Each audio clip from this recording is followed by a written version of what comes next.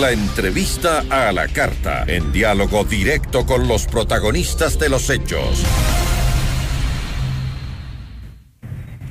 Nos acompaña a esta hora Giovanni Atarihuana, él es dirigente de la Unidad Popular. ¿Cómo está? Muy buenas tardes, Giovanni. Muy buenas tardes, Gisela. Es un placer compartir este espacio quienes somos parte de Unidad Popular. Gracias, gracias por aceptar nuestra invitación. Cuéntenos un poco, ustedes han dicho que el gobierno tiene que lograr la equiparación salarial, el gobierno dice que no tiene los fondos para eso. ¿Tiene acaso el Estado el deber de encontrar los recursos necesarios para lograr justamente ese requerimiento? Por supuesto que sí, Gisela.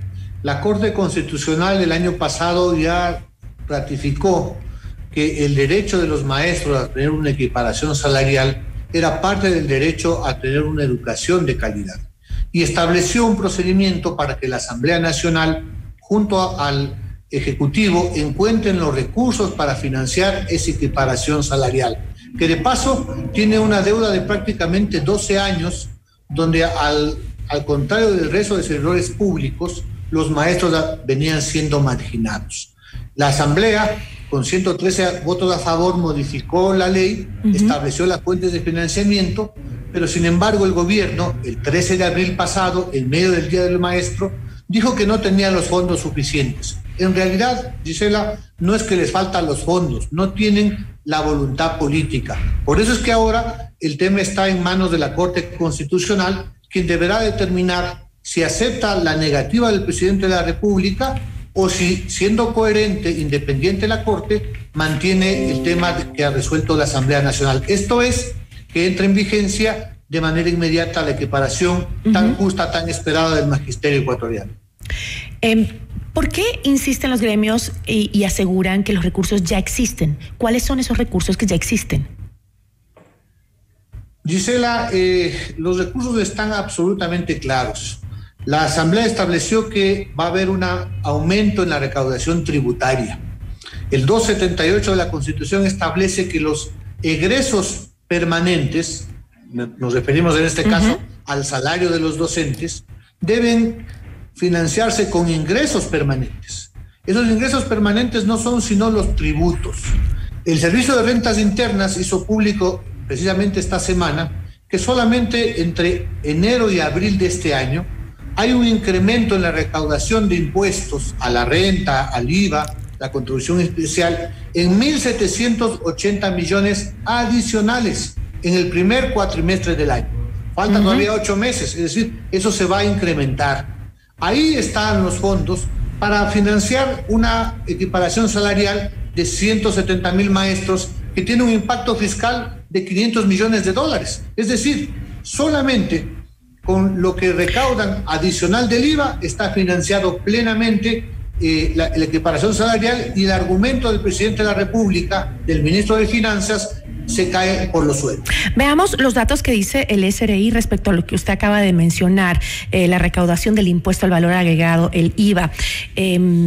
Dice que el gobierno estimó el impacto anual por el gasto permanente sería en 500 millones, pero según el Servicio de Rentas Internas, en el primer cuatrimestre del 2022 se recaudaron 2.617 millones de dólares, es decir, se registró un incremento del 28% con relación al mismo periodo del 2021. Solo en abril de 2022 se recaudaron 656 millones de dólares, 36% más en relación al mismo mes del 2021.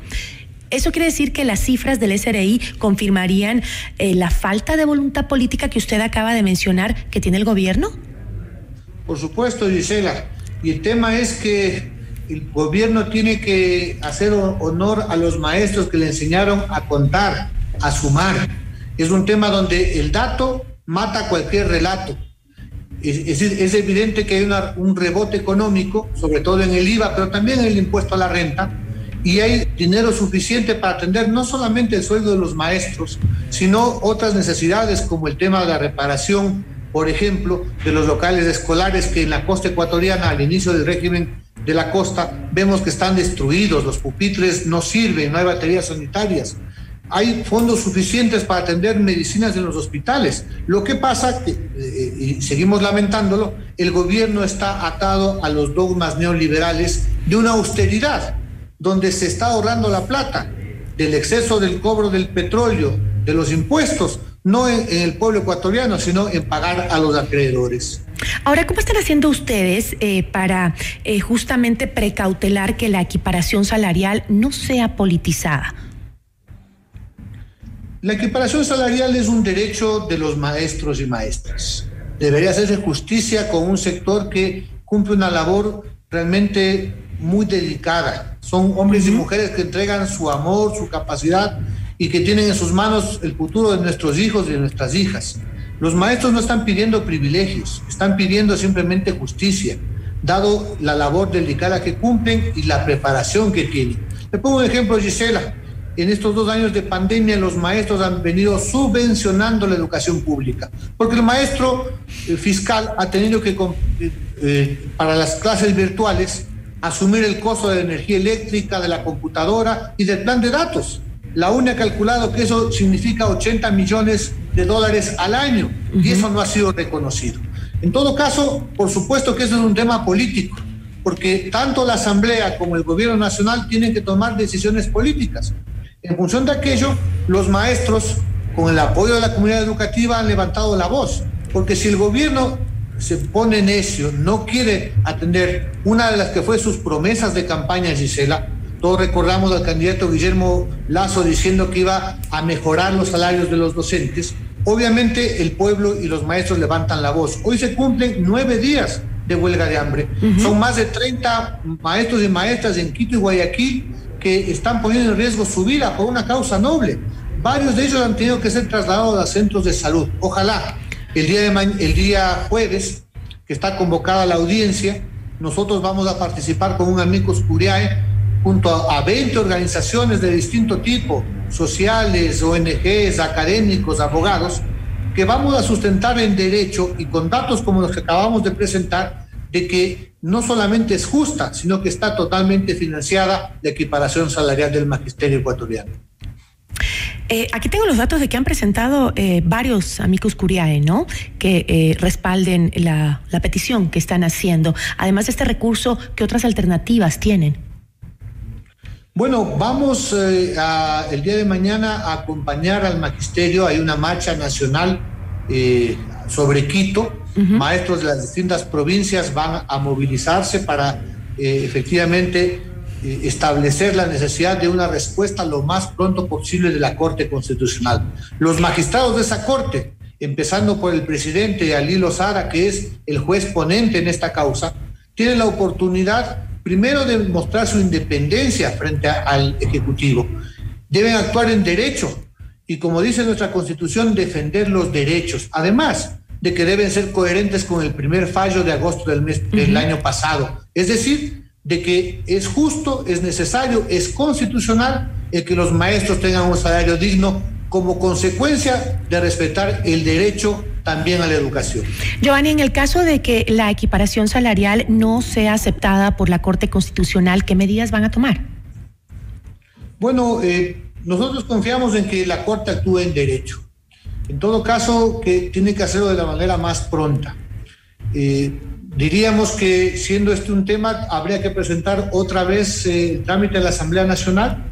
Habría que establecer mecanismos para que el gobierno se sensibiliza. El ministro de Gobierno, Simón Cueva, y Guillermo Lasso acaban de anunciar que tienen un nuevo acuerdo con el Fondo Monetario. Vamos a ver, ojalá se haga público. $1.000 millones en junio, me parece. Vamos a ver cuáles son las condiciones que pone el Fondo Monetario. Recortar el presupuesto de educación, no dar plata para la seguridad, no dar plata para las medicinas en los hospitales. Entonces, ese tipo de préstamos con condiciones inaceptables efectivamente no resuelven los problemas de la población. El tema de los maestros es un tema de todos los ecuatorianos, porque cuando hablamos de maestros bien remunerados, estamos hablando de calidad educativa. Por eso es que tienen el apoyo, entiendo yo, de la mayoría de la ciudadanía. Pero ustedes no han tenido ningún acercamiento con el presidente o con el Ministerio de Educación, por ejemplo, para llegar a acuerdos. Gisela, el diálogo con el gobierno se rompió el día que el 13 de abril en Carondelet ante los delegados de la UNE, el presidente anunció el veto total a las reformas a la LOEI y dijo que no había fondos. Es decir, a partir de entonces el gobierno tomó una posición.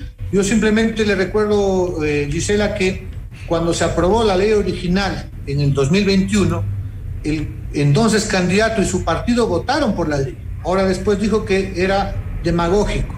Cuando la Asamblea insistió hace pocos meses con 113 votos, el único partido que se opuso fue el del presidente de la República. Entonces, es evidente que no tiene la voluntad política.